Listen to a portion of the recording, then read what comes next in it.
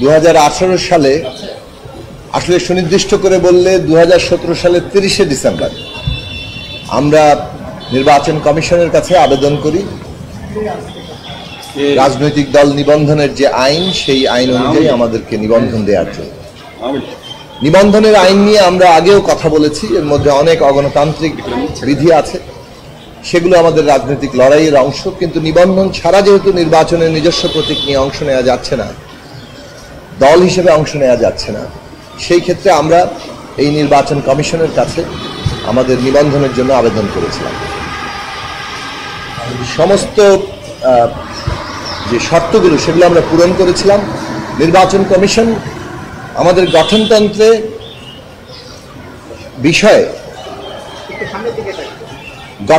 বিষয়ে দুটো আপত্তি উত্থাপন করেছিলেন, যে আমরা অঙ্গ সংগঠন থাকবে না এইরকম কোনো সুনির্দিষ্ট বক্তব্য আমাদের গঠনতন্ত্রে ছিল না। আমরা এই দুটো বিষয় আমাদের পরবর্তীতে আমাদের সংগঠনের যে ফোরাম, জাতীয় ফোরাম, সেটা ডেকে আমাদের গঠনতন্ত্র সংশোধন করে আমরা নির্বাচন কমিশনে জমা দিয়েছি। কিন্তু নির্বাচন কমিশন আমাদেরকে চিঠি দিয়ে জানিয়ে দিল যে আমাদেরকে নিবন্ধন দেওয়া হচ্ছে না, কিন্তু কোনো কারণই উল্লেখ তারা করেন। রকমের কোনো পদক্ষেপ গ্রহণ না করার কারণে আমরা আদালত অবমাননার একটি দরখাস্ত দাখিল করি এবং সেই আদালত অবমাননার দরখাস্ত দাখিল হওয়ার পরে গিয়ে তারা সংশ্লিষ্ট শাখাতে ডিসেম্বর মাসে 2019-এর ডিসেম্বরে 22শে ডিসেম্বর একটি আপিল দায়ের করে এবং সেই আপিলের পরিপ্রেক্ষিতে পরবর্তীতে হাইকোর্টের রায়টি স্থগিত হয়ে যায়। সেই আপিল তারা দীর্ঘ সময় শুনানি না করে অপেক্ষমান অবস্থায় রাখে এবং আমরা নানান রকমভাবে চেষ্টা করেছি এই আপিলটি দ্রুত শুনানি করার জন্য, কিন্তু বিভিন্ন কারণে সেই আপিল আসলে শুনানি করা সম্ভব হয়নি। সর্বশেষ আমরা এই আপিলের বিষয়টি দ্রুত শুনানির লক্ষ্যে আমরা একটি চেম্বার জজ আদালতে একটি দরখাস্ত দাখিল করি এবং সেই দরখাস্তের পরিপ্রেক্ষিতে 20 অক্টোবর আপিলটি শুনানির জন্য দিন ধার্য করা হয়। এরই মধ্যে আমরা জানতে পেরেছি যে নির্বাচন কমিশন, যিনি সদ্য বিদায়ী যিনি প্রধান কমিশনার এবং যে কমিশন, তারা নীতিগতভাবে সিদ্ধান্ত নিয়েছিলেন যেহেতু অন্যান্য অনেক রাজনৈতিক দল, নতুন রাজনৈতিক দল যাদের নিবন্ধন তারা দিয়ে দিয়েছেন, ফলে গণসংহতির আপিলটাও তারা পরিচালনা করবেন না, সেটি অফিসিয়ালি তাদের অনুমোদন দেওয়া হয়েছে।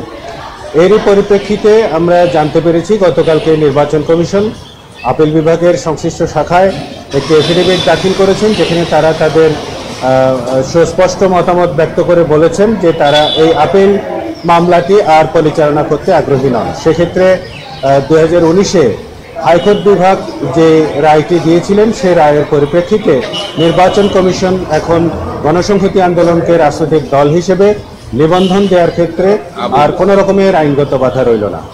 এই বিষয়টি আপনাদেরকে থাকতে জানাচ্ছি। আইনি প্রক্রিয়ার আর কোনো কিছু বাকি নেই, বরঞ্চ এটা খুবই হতাশার ব্যাপার যে তাদের রাজনৈতিক দল হিসেবে নিবন্ধন পাওয়ার সমস্ত রকমের ক্রাইটেরিয়া তারা ফুলফিল করা সত্ত্বেও, যেখানে উচ্চ আদালত খুব পরিষ্কারভাবে বলেছে যে তাদের এই সিদ্ধান্তটা অসৎ উদ্দেশ্যমূলক ছিল, ম্যালাফাইড ইন্টেনশনে এটা করা হয়েছে, সেই জায়গাটাতেই তাদের আসলে অনেক আগেই এই নিবন্ধনটি হয়ে যাওয়া উচিত ছিল। এটা আদালত পর্যন্ত আসারও আসলে ব্যাপার ছিল না, কারণ গণসংহতি আন্দোলন দীর্ঘদিন ধরেই রাজনৈতিক মাঠে সক্রিয়।